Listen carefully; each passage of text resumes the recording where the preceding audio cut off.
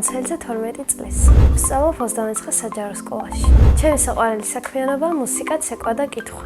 აქედან ყველაზე მეტად მიყვარს ცეკვა. ბავშვობაში სულ მინდოდა ცეკვაზე შესვლა და ჩემსობლიას ასევე ვთხოვდი, რომ შევსულიყავ. ახლა დარწმუნებული ვარ, რომ ერთად მივიღეთ სწორი გადაწყვეტილება. უკვე 3 წელია ვცეკვავ ანსამბლ საუნჯეში. იქამდე 2 წელი ვცეკვავდი ანსამბლ როკვაში. ანსამბლ იმიტომ შევიცვალე, რომ სამწუხაროდ როკვა დაიშალა. ცეკვაში ყველაზე რთული არის ტრიალები და ყველაზე ადვილია ცერებზე დგომა. ჩემი საყვარელი ცეკვა არის მთიულობა. ამ ცეკვაში განსაკუთრებულად მიყვარს ტრიალები. საუნჯეში ჩემი ქორეოგრაფია თებრონე დევაძე. ის არის მხიარული, ენერგიული და თავისი საქმის პროფესიონალი. ჯერჯერობით არც ერთი ცეკვის სოლო არ მაქვს, მაგრამ მინდა ვიცეკვო აჭარულის სოლო. კონცერტი ჯერ არ მქონია და მალე მექნება. მე რო ახლა კარგი მოცეკვავე ვიყო, ჩემს სოლო კონცერტს ვისურვებდი პარიზში. ამ კონცერტის სარეკლამო აფიში ასე წარმომიდგენია. მაცვი აჭარულის ფორმა, ვდგავარ სცენას და უკან არის კარგი განათება. აფიშას დიდი ასოებით აწერია ცნობილი ქართველი მოცეკვავე ნია კონცერტზე ქართულ-ფრანგული ასოებით. ბილეთი ეღირება 100 евро და მთელი დარბაზი სავსე იქნება. ბევრი ფული რომ მქონდეს, პირველ რიგში დავეხმარებოდი იმ ადამიანებს, ვისაც არ აქვთ ამის შესაძლებლობა. მაგალითად, ბავშვებს დავეხმარებოდი უფასო განათლების მიღებაში. პირადად ჩემთვის ზღვისპირას ვიყიდი მყუდრო კერძო სახლს. ძალიან მიყვარს ჩემი სკოლა, რადგან იქ ვყავს ჩემი საყვარელი მასწავლებლები და მეგობრები. ჩემს კლასში ყველაზე მხიარული არის დავით იაკობაძე. ყველაზე მშვიდი არის ნია ქობულაძე. ყველაზე პერსპექტიული არის ნიკა აბაშიძე. მეორე ყველაზე ლამაზი და ყველაზე ჭკვიანი. ჩემი საყვარელი საგანია ინგლისური. ინგლისურის გარდა კიდე მინდა ვიცოდე ფრანგული.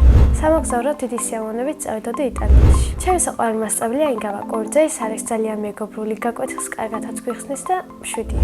რაც მთავარია უყვარს ბავშვები და არის თავისი საქმის პროფესიონალი. რა გავიზრდები მინდა გამოვიდე ბიზნესმენი.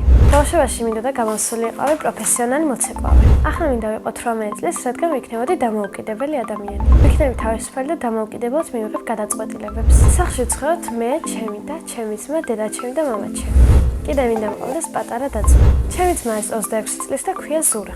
ის არის სერიოზული და ამავდროულად მხიარულიც. და არის 16 წლის და ქვია გვანც, არის ჭკვიანი, მხიარული და ენერგიული. მამაჩემი არის მშვიდი, სიმპათიური და განათლებული. მას ძალიან უყვარს ჩემი დედიკო. ასე იმიტომ მგონია, რომ სულ მას ესრუნავს და კარგ სიტყვებს ეუბნება. მე ვარ მამიკოს გოგო. დედიკო არის ლამაზი, ჭკვიანი, საქმიანი და თბილი ადამიანი. მე ვარ საშუალო დონის დიასახლისი, რადგან სახლის დაალაგება ხანდახან მეზაება და საჭმლის გაკეთებაც. პირველად საჭმელი რო გავაკეთე, ვიყავი 9 წლის. ეს საჭმელი იყო პიცა. ჩემი საყვარელი საჭმელი არის ხინკალი. მე ასევე მიყვარს მუსიკა და ვსწავლობ მელიტონ ბალანჩივაძის ხელოვნების სკოლაში. ვარ მე-5 კლასში და ვუკრავ ფორტეპიანოზე. პიანოზე დაკვრა იმიტომ ავარჩევ, სიმშვიდე მაქვს ჩემთვის. მახსოვს პირველ დღე, როცა მუსიკალურში მივედი, ძალიან ნერვიულობდი. გავიცანი მასწავლებელი და მქონდა მცირე გამოსვლა. ჩემი მუსიკის მასწავლებელი არის ხათუნა ლოსაბაიძე. კარგათაც მასწავლის, კარგათაც მექცევა და სულ მეხუტება. ჩემი საყვარელი კომპოზიტორია ლუდვიგ ვან ბეთჰოვენი. პიანინოს გარდა კიდე მინდა ვუკრავდე ვიოლინოზე. ჩემი აზრით, მუსიკალური სწავლის შედეგად უფრო კარგი ადამიანი და თავდაჯერებული გავხდი. მიყვარს კითხვა და ჩემი საყვარელი წიგნი არის საოცრება. კითხვა შემაყვარა ჩემმა ქართველის მასწავლებელმა რუსუდან მოწყობილმა. მახსოვს პირველი წიგნი იყო სალამურას თავგადასავალი. მასწავლებელმა გთხოვა წაგვეკითხა და ამ დროს აღმოჩნდი წიგნის სამყაროში. სახლში მაქვს ძალიან კარგი ბიბლიოთეკა და ამ ბიბლიოთეკის უხელფასო დირექტორი არის დედაჩემი. ასევე მიყვარს ფილმების ყურება და ჩემი საყვარელი ფილმი არის ხიდი ტერაპეთიაში.